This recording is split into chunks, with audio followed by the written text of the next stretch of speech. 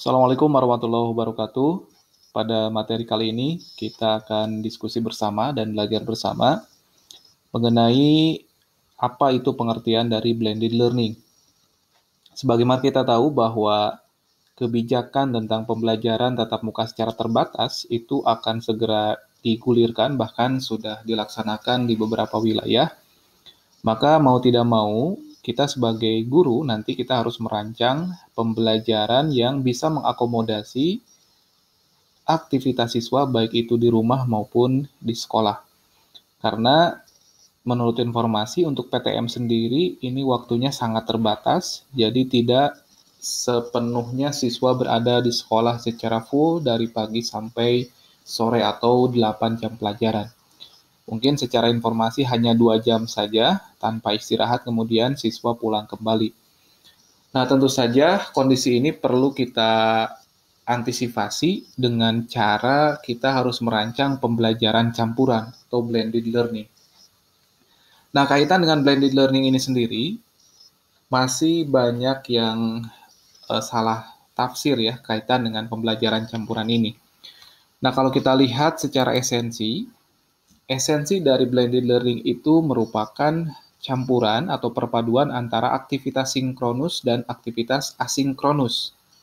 Jadi bukan aktivitas tatap muka dengan online ya, atau dengan Zoom misalnya Zoom meeting. Tapi esensi dari blended learning itu adalah bagaimana kita mengkombinasikan antara pembelajaran dengan cara sinkronus dengan pembelajaran secara asinkronus.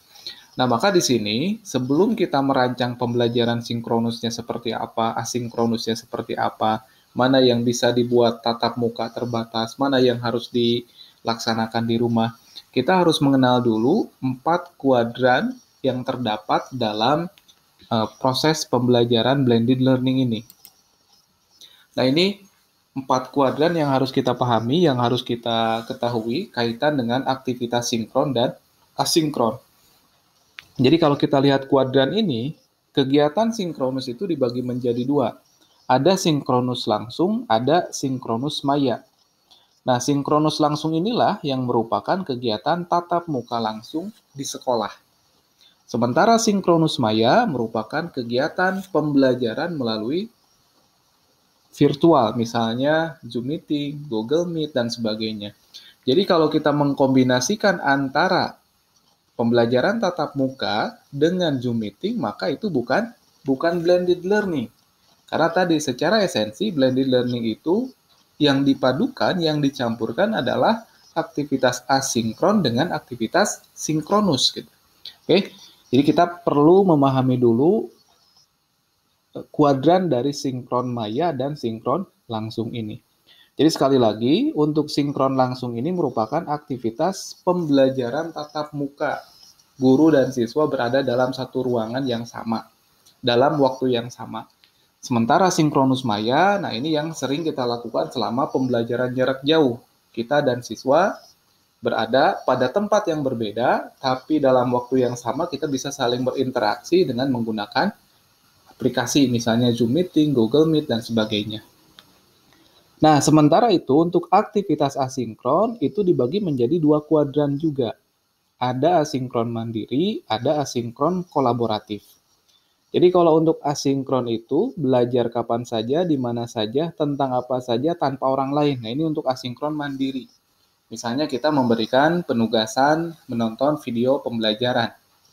Jadi sebelum misalnya siswa datang ke sekolah, nah di rumah mereka diberikan video pembelajaran yang harus disimak. Nah, itu kegiatan asinkron mandirinya berarti. Ketika sekolah berarti sinkron langsung. Nah, itu blended learning-nya terjadi. Oke, jadi sekali lagi untuk asinkron mandiri, siswa mempelajari apa yang kita berikan secara mandiri di rumah. Apakah itu membaca buku, membaca modul, kemudian menonton video, dan sebagainya. Nah, sementara asinkron kolaboratif, itu secara terminologi disebutkan di sini belajar kapan saja, di mana saja, tentang apa saja, dengan siapa saja. Jadi dalam asinkron kolaboratif ini, siswa dengan siswa yang lain terhubung secara kolaboratif dengan aplikasi. Misalnya ketika pengerjaan laporan tertulis kegiatan praktikum atau kegiatan observasi yang dilakukan di lingkungan sekolah. Nah, siswa dengan kelompoknya melakukan penyusunan laporan melalui misalnya Google Doc ataupun misalnya melalui Google Slide. Nah, itu kan secara kolaboratif. Walaupun tidak dalam tempat yang sama, tapi antar siswa di tempat yang berbeda bisa mengerjakan atau bisa saling melengkapi satu sama lain laporan tersebut. Oke, jadi itu kuadran untuk asinkron. Jadi ada mandiri, ada kolaboratif. Nah, maka dari kuadran ini, informasi penting bagi kita adalah ketika kita ingin melakukan pembelajaran campuran atau blended learning, maka kita harus memilih salah satu aktivitas sinkron apa yang akan dilaksanakan dan aktivitas asinkron apa yang akan dilaksanakan. Nah, misalnya dalam kegiatan PTM terbatas, maka kegiatan sinkronnya adalah kegiatan sinkron langsung di sekolah, pembelajaran tatap muka. Nah, untuk asinkronnya kita bisa pilih apakah mau yang mandiri, misalnya membaca buku, menonton video dulu sebelum masuk ke sekolah, sebelum datang ke sekolah, atau ada penugasan berupa asinkron kolaboratif. Jadi antar siswa menyusun laporan ataupun membuat sesuatu, tapi secara kolaboratif mereka terhubung dengan menggunakan aplikasi. Oke, jadi ketika akan membuat rancangan blended learning, maka harus memperhatikan aktivitas sinkronnya apa dan aktivitas asinkronnya seperti apa.